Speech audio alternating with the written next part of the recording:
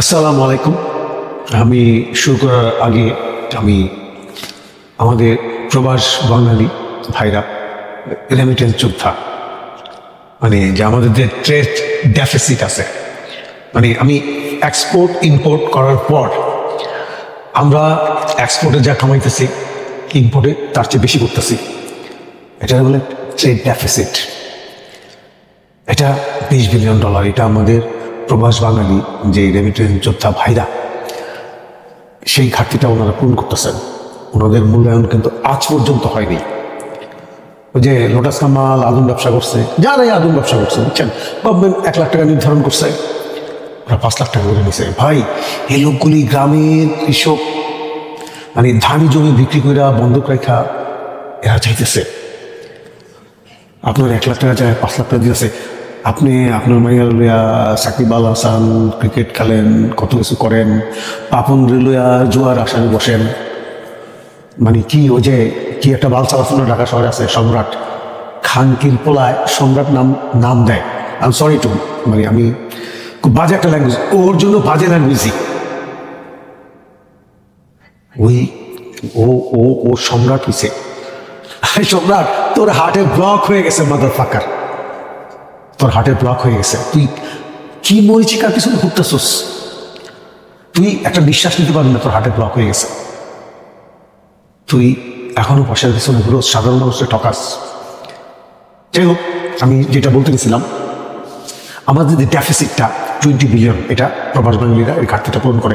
সেইভাবে আমি বলি, চায়না আর আমেরিকা যে ব্যবসাটা হয়, আপনারা গুগল করে দেখতে পারেন, এটা পৃথিবীর প্রায় 45% জিডিপির সমান। সারা পৃথিবীর জিডিপি 45% যা আসে চায়না আর আমেরিকার ব্যবসা সেই পরিমাণ আসে। চায়না প্রতি বছর আমেরিকাকে 500 বিলিয়ন এক্সপোর্ট করে, আর আমেরিকা যা এক্সপোর্ট করে চায়নারে ওরা 200 বিলিয়ন ঘাটতি আছে, ডেফিসিট আছে। তা আমার একটা প্রশ্ন, আমি নিজে হোমওয়ার্ক করার চেষ্টা করলাম, ইরানের সাথে চায়নার ব্যবসা $7 থেকে $8 বিলিয়ন, এই বেশি না। আমেরিকার সাথে 500 বিলিয়ন। তো এখন আমার প্রশ্নটা হলো যে ইরানের সাথে এত স্বল্প পরিসরের একটা ব্যবসা আর আমেরিকার সাথে সবচেয়ে বড় ব্যবসা। আমেরিকা হলো কি জানেন, এই যে ট্যারিফ বসায় কেন জানেন? America is the biggest consumer in the world. ভাই আমি আমেরিকার চামচামি করতেছি না, প্লিজ আমার এটা কালার করবেন না। আমি I am telling the truth. শোনেন, আপনি ইমানের জোর, আপনি ধর্মের যতই থাকুক, আপনি যদি বাস্তবতার সাথে আপনি অঙ্ক করতে না পারেন, you will be wipe out. এটাই নিয়ম। তো যাই হোক, মানে ইভেন রাশিয়ার GDP even less than India. এখন পৃথিবীতে সবচেয়ে বড় ব্যবসা কার সাথে হয়? আমেরিকার চায়নার সাথে হয়।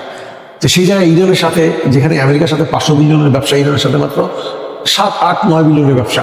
এরপরে চায়না কেন ইরানকে হেল্প করতেছে? এটা একটা কঠিন ব্যাপার।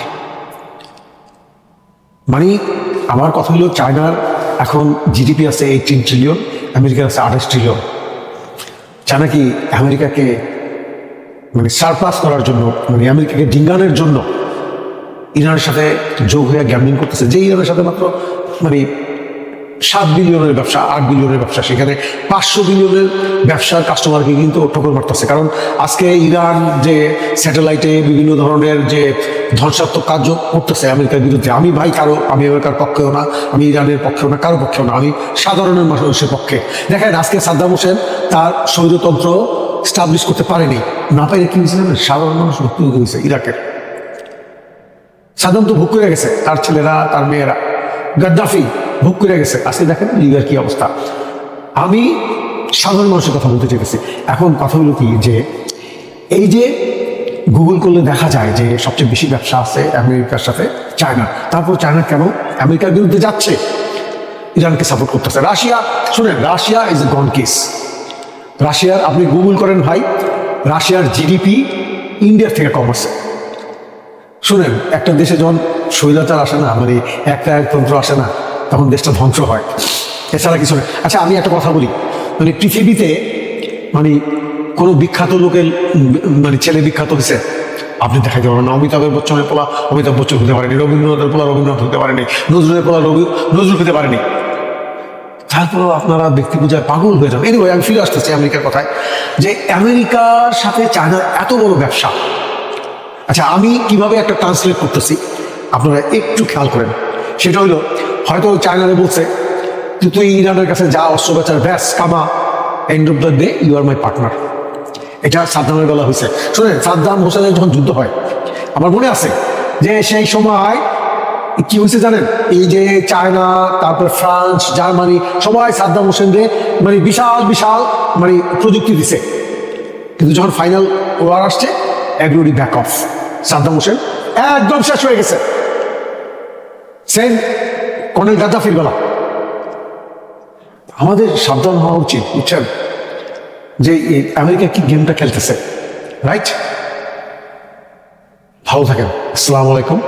এবং যাওয়ার আগেও আমার প্রবাস বাঙালিদের জানমালের হেফাজতের জন্য উপর প্রার্থনা করতেছি। সেলুট। বাই।